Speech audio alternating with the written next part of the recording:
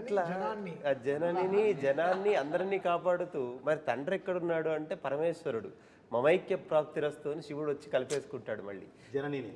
ఈ తల్లి తండ్రికి ఒక నమస్కార పూర్వకమైనటువంటిది చిత్రం ఇది. ఇదేం చేసామంటే గురుగారు, మామూలుగా ప్రవచనం ఇవన్నీ ఏంటంటే మామూలుగా మనం సాత్వికంగా 10 మందికి చాలా అర్థమయ్యేలాగా అర్థవంతంగా చెప్తాం గురుగారు. ఇదేంటంటే ప్రతి ఒక్కళ్ళకి చిన్న బిడ్డ దగ్గర నుంచి పెద్దవారికి కూడా చేరేలాగా ఒక ఎనర్జీ, ఒక కమర్షియల్, ఒక మాస్ యాడ్ చేసి చెప్పాం గురుగారు. ఎందుకంటే అందుకనే ఆ ధర్మం దీని దగ్గర మాట్లాడేటప్పుడు కూడా గురుగారు, ధర్మం గురించి క్వశ్చన్ చేసేవాళ్ళని దానికి ఆన్సర్ ఇచ్చేవాళ్ళని పరమేశ్వరుడినే పెట్టాం. పెట్టి క్లియర్గా అంటే ఇది మన ధర్మం, ఇది మనం భారతీయులు అంటే ఇంత పవర్ఫుల్ పర్సన్స్, వీళ్ళు ఎలా ఉంటారు, కాకపోతే ఈరోజు ఇది కొంచెం ఇలా డివైడ్ అయిపోయి ఇలా వెళ్ళిపోయి ఉన్నారు, అది కాదు మనం, ఇదిగో ఇది మనం అని చెప్పే సినిమా ఇదండి. అందుకనే చిన్న పిల్లలు కూడా తల్లిదండ్రులు తీసుకెళ్ళి చూపించాలి అనే ఒక్క దీంతోనే ఈ సినిమా చేయడం జరిగింది గురుగారు. కొన్ని శబ్దాలని కాంటెంపరీలో చాలా నెగిటివ్గా ప్రొజెక్ట్ చేస్తున్నారు గురుగారు. ఇప్పుడు అరాజకం అంటాం, అదేం తప్పు శబ్దం కాదు, రాజరికం కానిది అరాజకం. అట్లా హిందూ, సనాతన ఇవన్నీ ఏదో ఒక బూచి శబ్దాల్లాగా సృష్టించారు. వాటి తాలూకు నిజమైన విషయం ప్రపంచం మొత్తానికి తెలవాలి. అందుకనే సనాతన ధర్మము అంటే, సనాతనం అంటే ఎప్పటిదో కాదు, ఎప్పటికీ ఉండేది అని చెప్పి ఊరికే తట్టి చెప్తే అర్థం కాదని కొట్టి చెప్పారు డైరెక్టర్ గారు. ఊరికే అంటే మనము జడ పదార్థాల్లో ఉన్నాం కాబట్టి అదే అంటున్నా, ఇది ఈ శంఖం, ఈ తాండవం ఇది మొదలైంది, ఇది ఆగదు. ఇంకో విషయం అంటే పాటలు నేను ఎప్పుడూ చెప్తాను, పాటలకి రాయడం ఓకే, వాళ్ళకి లెంత్లు 4 నిమిషాలు ఉంటాయి. అంటే ఒక పల్లవి, ఒక చరణం, ఒక ఆర్డర్ ఉంటుంది, ఓకే దీని తర్వాత ఇలా ఉండాలని. కథకి మన సినిమాకి సిచ్యువేషన్కిలో బ్యాక్గ్రౌండ్ స్కోర్కి రాయడం సామాన్య విషయం కాదు. అది డైరెక్టర్ గారు డైలాగ్ వర్షన్ అయి ఉండాలి, ఆయన నాకు ఇచ్చే ఆ 2 నిమిషాలు అయి ఉండాలి. దాంట్లో ఆ డైలాగ్ వర్షన్ని వీళ్ళు పాటలాగా నేను ఒక మీటర్ ఇస్తాను, ఆ పాటలాగా దాన్ని ట్రీట్మెంట్ చేయాలి. ఆయన ఎందుకు నాకు ఇస్తారు? ఇక్కడ ఒకడు ఉన్నాడు, తమన్నా ఒకడు ఉన్నాడు, తప్పిస్తూ ఉంటాడు, వాడికి ఇద్దామని ఈ స్పేస్ ఎడిటర్లో ఆయన ఆలోచిస్తే తగ్గించేయచ్చు. ఎడిటింగ్లో ఒకడు ఉన్నాడు, ఈ ట్రస్ట్ ఇస్ వెరీ బిగ్. ఆయన నమ్మి ఈ స్పేస్ ఇచ్చారా, ఓకే నన్ను నమ్మి 2 నిమిషాలు ఇచ్చారు, ఓకే దీన్ని మనం ఎలా కాపాడుకోవాలి.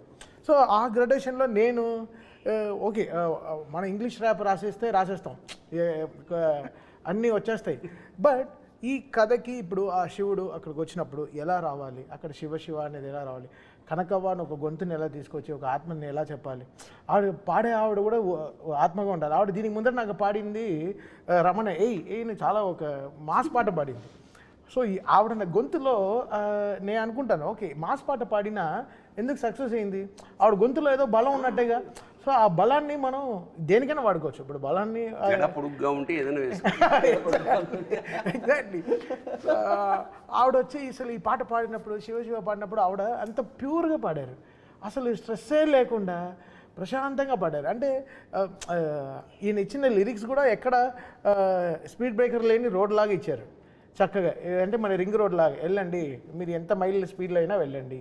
సో ఎలా దాన్ని స్మూత్ నుంచి చేయాలని, బికాస్ ఇంత ఆర్ఆర్ నుంచి దాని ముందరే నేను చెప్పాను కదా, చాలా కష్టం బోయపాటి గారి సినిమా ఆర్ఆర్ చేయడం అనేది ఇంకా చాలా కష్టం. ఇంకా నాకు ఒకటి అనిపించింది అయ్యా, రమేశ్వరుడు బాలయ్యకి త్రిశూలం ఇచ్చాడు, ఈయనకి డమరుకం ఇచ్చాడు, మనందరికీ సక్సెస్ ఇవ్వాలి.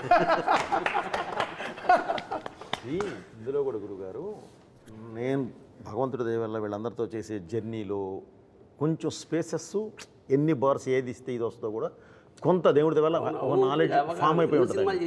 దాని ద్వారా కొంత ఆ స్పేసెస్ కూడా కరెక్ట్గా ఇక్కడ తమన్ గారు ఏమి ఇవ్వగలరు, ఏమి ఇస్తే బాగుంటుంది, ఏది కూర్చోబెట్టగలం అనేది ప్రతిదీ వారికి నేను ఆ స్పేస్ ఇస్తానండి. ఇచ్చి తర్వాత మాట్లాడుకుంటాం. ఈ స్పేస్ నేను ఎందుకు ఇచ్చానంటే అండి, ఇది మీరు ఈ విధంగా వెళ్తారు, నాకు ఐడియా ఉంది, ఇది ఈ విధంగా వెళ్ళాలి, ఇది అని ఇస్తూ, అలాగే ఒక్కొక్క యాంబియన్స్ అండి పెడితే ఇక మీకు బ్యాక్ ఆయన వద్దన్నా సరే ఒక డ్రమ్ కొడదామని కూర్చున్నా సరే 5-6 కొట్టాల్సిందే, కుదరదు. ఎందుకంటే ఆ ఫ్రేము, ఆ యాంబియన్స్, బ్యాక్ లేపే యాంబియన్స్, ఆ సిచ్యువేషన్ డిమాండ్ మొత్తం ఆ దీనిలో తీసుకొస్తాం గురుగారు. పైగా ఇందులో ఇతను మనం ముందే చెప్పామండి, బాలయ్య గారిని ముందే చెప్పాం మురళీమోహన్ గారి ద్వారా, నీకు ప్రపంచానికి ఒక ప్రళయం రాబోతుంది, ఒకటి కాదు ఎన్నో వస్తూనే ఉంటాయి, అవన్నీ నువ్వు ఎదురెళ్ళాలి అంటే అష్టసిద్ధి సాధనే మార్గం, ఇంకా వేరే మార్గం లేదు. అష్టసిద్ధి సాధన చేసి బయటకు వచ్చిన వారి అందులో సాధించిన వాళ్ళకు ఉండే శక్తులు ఏంటో మన గూగుల్లో కొడితే కూడా వస్తాయండి. మానవాతీత శక్తి. సో ఆ శక్తిని ఉపయోగించే కొంతే ఉపయోగించండి, మొత్తం కూడా ఉపయోగించలేదు. వాళ్ళు జ్ఞానం అవ్వగలరు, విశ్వరూపం చూపించగలరు, అంత దూరం వెళ్ళాలి మనం. జస్ట్ ఆయుధం ఇచ్చి ఆపాం అంతేనండి. ఆ తర్వాత చేస్తే ఏదో చేస్తాం కానీ ఆ ఆయుధం ఇచ్చి ఆపాం ప్రస్తుతానికి. సో అతీత శక్తిని ముందే చెప్పామండి, సూపర్ హ్యూమన్ అని. అవునా, చెప్పే తీసుకుని వెళ్ళాం మనం. అంటే ఈ సినిమా త్రూఅవుట్లో నేను డైరెక్టర్ గారి దగ్గర ఉండి నేను తమన్ సార్ దగ్గరికి కూడా వెళ్తుంటాను కదా సార్. అంటే ప్రతిసారి ఎనర్జీ అంటాం కదా, శక్తి కేంద్రాలు, జనరల్ తెలుగులో చెప్పాలంటే శక్తి బోయపాటే ఎనర్జీ. అంటే ఇక్కడ మనం ఒక శక్తి పట్టుకొని అక్కడికి వెళ్తాం కదా సార్. అక్కడికి వెళ్ళేటప్పటికి ట్యూన్ కానీ ఏదైనా సిద్ధం చేసి పెడతారు కదా తమన్ గారు. అక్కడికి వెళ్ళిన తర్వాత ఏమిటో మనం చూసిన దానికి 10 మీటర్ల పైన వస్తున్నారేనా అని తమన్ సార్ నేను ఎప్పుడు చెప్తాను సార్. అంటే అఖండ సినిమాని నిర్వచించడానికి బోయపాటి గారు ఉన్నారు, దాన్ని అభినయించడానికి బాలకృష్ణ గారు ఉన్నారు, అర్థం చేసుకోవడానికి చరాచర సృష్టిలో ఒక్కరే ఉన్నారు తమన్ సార్.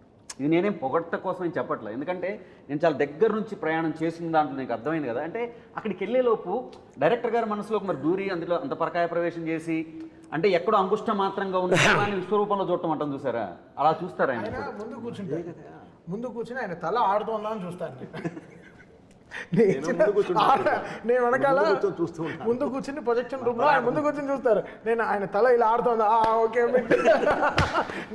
ఆయన అయిన తర్వాత అలెక్సా అంటారు. మాకు అలెక్సా ఒక లైట్ ఉంటుంది, అలెక్సా లైట్స్ ఆన్ అంటుంది. సార్ అమ్మాయిని పిలవండి అంటారు, అలెక్సాని పిలవండి, అలెక్సాని పిలవండి వచ్చి ఒక కౌగులింతలు కానీ చేసుకొని. బికాస్ నేను ఎలా చూస్తానంటే ఇప్పుడు ఆయన చెప్పిన డైలాగే ఇప్పుడు ఫస్ట్ దాంట్లో మర్యాద ఎలా ఒక డైలాగ్ ఉంది కదా, ఎలా పిలవాలో చాలా డిఫరెన్స్. నాకు అంతే, నేను ఈయన దగ్గర నుంచి కరెక్షన్ రాకుండా ఉండడానికి ఎంత రెస్పెక్ట్, ఈ సినిమాని అర్థం చేసుకున్నానా అనే పాయింట్లోనే ఉంటాను. నేను ఇక్కడ గొప్పగా నేను హారర్ చేసేసానని కాదు, ఆయన కథని అర్థం చేసుకున్నాను. Logic is very simple understanding. So దీన్ని నేను ఒక్కడనే కాదు, సో మా టీంలో అందరు పిల్లలే, అసలు ఎవ్రీబడీ ఈజ్ అండర్ 25-30 ఇయర్సే. సో వీళ్ళకి బాలకృష్ణ గారి సైజు, ఫిల్మ్ సైజు, బోయపాటి గారు పెట్టే యాంగిల్స్, ఆయన ఎప్పుడూ చెప్తారు కదా 30 పెట్టి ఇలా చూస్తానని అంటారు కదా, అది గ్రౌండ్ లెవెల్లో అర్థం చేసుకోవడం చాలా కష్టం. అందరు చిన్న చిన్న మానిటర్లో పనిచేస్తారు, అంతే సైజ్ మానిటర్లో పనిచేస్తారు. బట్ మనం 70 mm ఊహించుకోవాలి, 70 mm ఈ సౌండ్ ఎలా ఉంటుంది రేపు థియేటర్లో 2.5. అప్పుడు మేము చెప్పినట్టు 75-77 days ఆర్ఆర్ చేసాం. బట్ జనాలు చూసే 2.5 గంటలేగా, లీనియర్గా 2.5 hours ఎంత మనం ఎలా ట్రావెల్ అవుతున్నాం అనే సైన్స్ మనలో లేకపోతే మనం వీ కాంట్ బ్యాలెన్స్.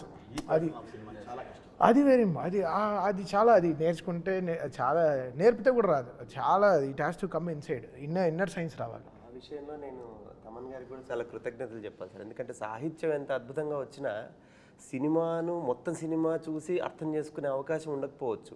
అంటే రచన వరకు మేము ఉంటాం కాబట్టి ఆ మొత్తము అర్థం చేసుకొని ఆ సీన్కి ఏం కావాలి అది దానికి ఏమాత్రం తగ్గకుండా సారాన్ని మళ్ళీ మాకు ఇస్తే కదా మేము రాయడానికైనా అది వీలుగా ఉంటుంది. ఈ సక్సెస్ ఇది అఖండ అనే ఒక పల్లకి, దానికి మొదటి బోయి, మిగతా అందరం మనం పట్టి తీసుకెళ్తున్నాము. అంటే ఇతను వీళ్ళతో పనిచేసింది నేను మాత్రం కాకుండా టీంలో కూడా, అంటే మ్యూజిక్ సైడ్ శ్రీకృష్ణ గారు, అద్వితీయ అని ఒక అమ్మాయి, ఇంకా శృతి అని ఇంకో అమ్మాయి, ప్రకృతిని ఇంకో అమ్మాయి, వాగ్దేవి అని ఒక అమ్మాయి, ప్రణతిని ఇంకో అమ్మాయి, వీళ్ళందరూ చాలా వీళ్ళ తపస్సు ఏంటంటే మనకు కరెక్ట్గా పనిచేయాలని. సో అందరూ ఈక్వల్ రెస్పెక్ట్స్ ఇస్తూ వస్తేనే అన్ని కరెక్ట్గా కామాలు పంచువేషన్స్ కరెక్ట్గా ఉంటాయి, లేకపోతే అలా లూజ్ అయిపోతాయి. అదే టీం కూడా, అంటే మా టీం కూడా అసలు ఓషో కానీ, అసలు హరి కానీ, శశాంక్ గారు కానీ, అసలు వీళ్ళందరూ ఈయన చెప్తారు టీము సూపర్ టీం సార్ మీకు అంటారు. సో అది ఎప్పుడు అదే ప్లేయింగ్ 11 క్యాప్టెన్ ఒకటి ఉంటే చాలుగా, 11 మంది కరెక్ట్గా ఆడాలిగా, అప్పుడే గెలుస్తాం. సో అది ఫెంటాస్టిక్గా పాజిటివ్గా ఉండే టీం, ఎగ్జాక్ట్లీ మెయిన్ పాజిటివ్గా ఉండే టీం అండి. అది గురుగారు ఇప్పుడు సినిమా భారతదేశం ఆత్మ అని ఇప్పుడు ఫస్ట్ నేను అదే చెప్పాను. ఈ సినిమా భారతదేశం ఆత్మ అని అంటే ఆ ఆత్మ ఇవాళ థియేటర్లలో అలా ఫ్లో అయ్యి ప్రతి వైపు నుంచి కూడా రెస్పాన్స్ వస్తూ ఉంటే అంటే చెప్తారు కదా sir, cinema is mutual respect and mutual belief అని, mutual belief and mutual respect అని దాని తాలూకు రిఫ్లెక్షన్స్ కానీ ఇవాళ త్రూ అవుట్ అంటే నేను ఐఎమ్ బేసికలీ నేను బాలయ్య బాబు అభిమాని కదా సార్, త్రూ అవుట్ ఎక్కడి నుంచి వస్తున్నా కానీ ఆ ఎనర్జీ అనేది విచిత్రం ఏంటంటే ఎవరి అభిమాని అయినా ఇందులో బాలయ్య కనపడలా, ఒక శివతత్వమే. తత్వం కానీ నాకు కూడా క్వశ్చన్ మార్క్ వస్తుంది ఒక్కొక్క రీల్ తర్వాత దీని తర్వాత ఇంకేం చేస్తారు, ఇంకో ఫైట్ ఉందన్నారు, దీని తర్వాత ఇంకేం చేస్తారు, ఇంకేం చేస్తారు, అయిపోయింది ఆదిని చంపేశారు,